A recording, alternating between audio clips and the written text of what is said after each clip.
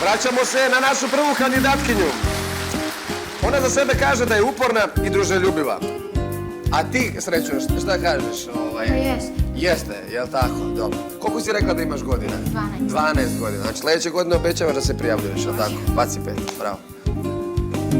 Ti još uvijek znaš branit me ko lud, kad o meni svašta govore.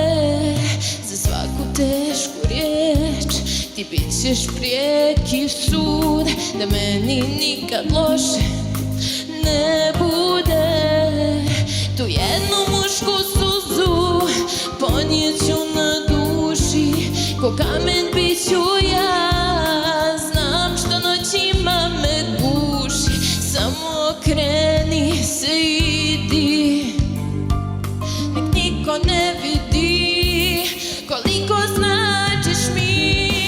Još se porežem na tvoje dodire od stakla, nikada se ja iz tvog srca nisam magla.